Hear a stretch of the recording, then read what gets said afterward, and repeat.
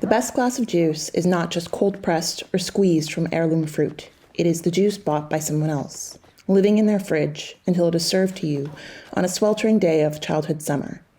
Perhaps it is the juice you and your brother drank after you were chased around your neighborhood by some bullies during the height of a FIFA World Cup. But then, a girl from your neighborhood shelters you in her home, maybe because you're both proud Brazil supporters. She serves you the juice in an ordinary glass from a Tetra Pak that you could buy from a dukkan with your pocket money.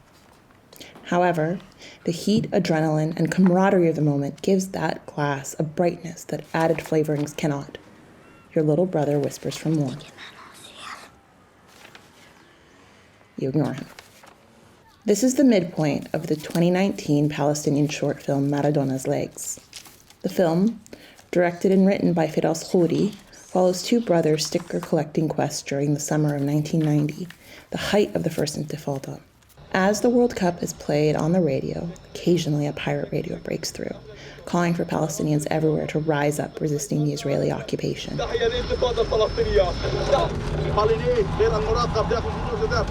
thought for a long time about that glass of juice in Maradona's Legs.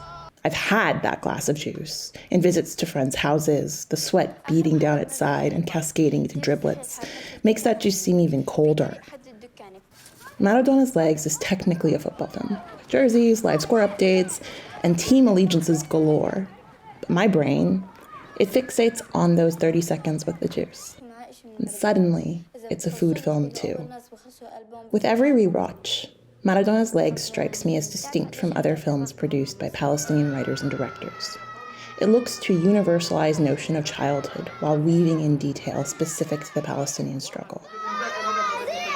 To me, Palestinian films often feel written for European and North American film festival markets, not necessarily for a Palestinian audience, particularly those living in Palestine.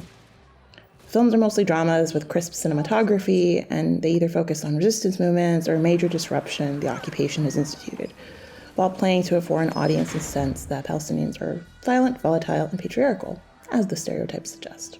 But for Palestinians, the same film cuts too close to home. They're not an escape from the reality of the occupation, a reality that, while ever present, is not the subject of every conversation. I struggle when watching films like those, like Hani Abu Assad's Ahmad from 2013, notable for being largely funded by Palestinians and for its Academy Award nomination. But even so, there's a moment in Ahmad that reminds me of Maradona's Legs. In this particular scene, a trio of friends, including Ahmad and his friend Tariq, sit at a hummus shop moments before an Israeli raid. As they tuck in, the titular Ahmad complains that the bread isn't fresh. Tariq responds that the bread is not as fresh as what Ahmad is used to, as Ahmad works in a bakery. But that particular bakery is across town, across the apartheid wall, which Ahmad scales regularly to see his friends and secret girlfriend Nadia, who's also Tariq's sister.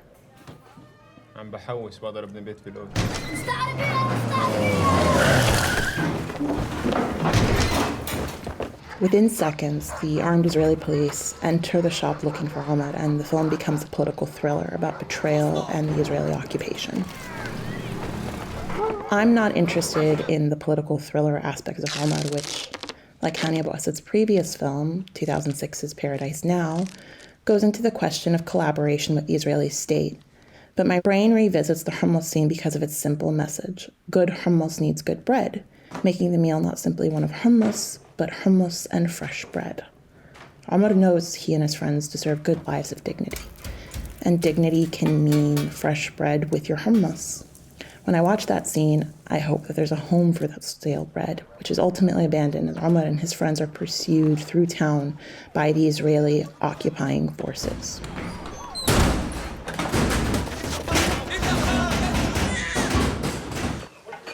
In Maqluba, a precious short film by Nicola Damoni, a group of friends make a meal together before their apartment is raided by the Israeli army.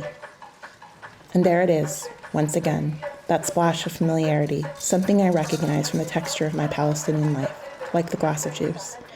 It is the lively pan-Palestinian debate on the proper way to make maqluba. ما شاء الله عنكم، كل واحد فيكم عامل لحاله طباخ ويا ريتكم نبعين. هيخلصونا بحياتنا ما رح نتفق عليها.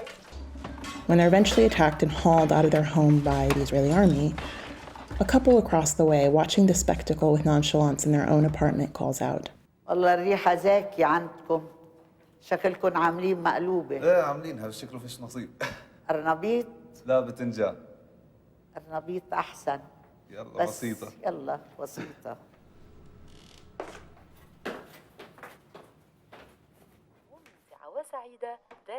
as the couple digs in, they quietly bicker over whether an eggplant or cauliflower is better than maqluba. صار لي 60 سنة بقول لك إن الباذنجان أذكى. Maybe it's the best maqluba they've ever had. Anyway, I keep my head down during these debates. But watching maqluba, I am reminded that sometimes we really don't have debates about gastronomical authenticity to seek out gastronomical authenticity. It's a moment of escape that we can provide to each other as we bicker about something pointless. But as I watch the couple eat before the credits roll, I remember this reality exists for many living in Palestine.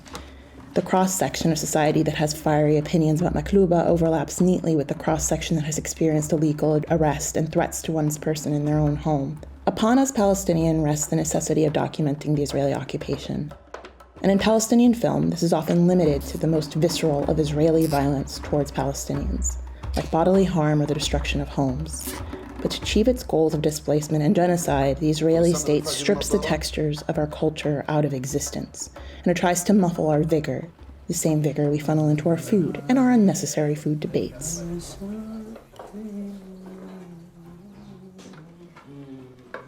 I keep watching Palestinian films because of a strong communal urge to show support for my people's nascent film industry, in the hopes that the film industry will grow into something that produces films for its own people.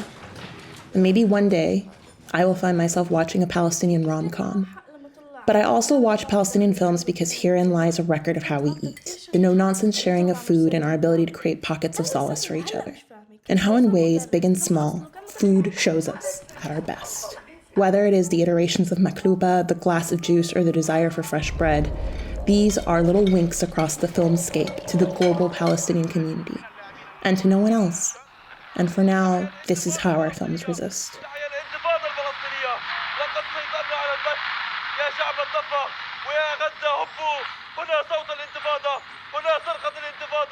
تحيا الانتفاضة المباركة.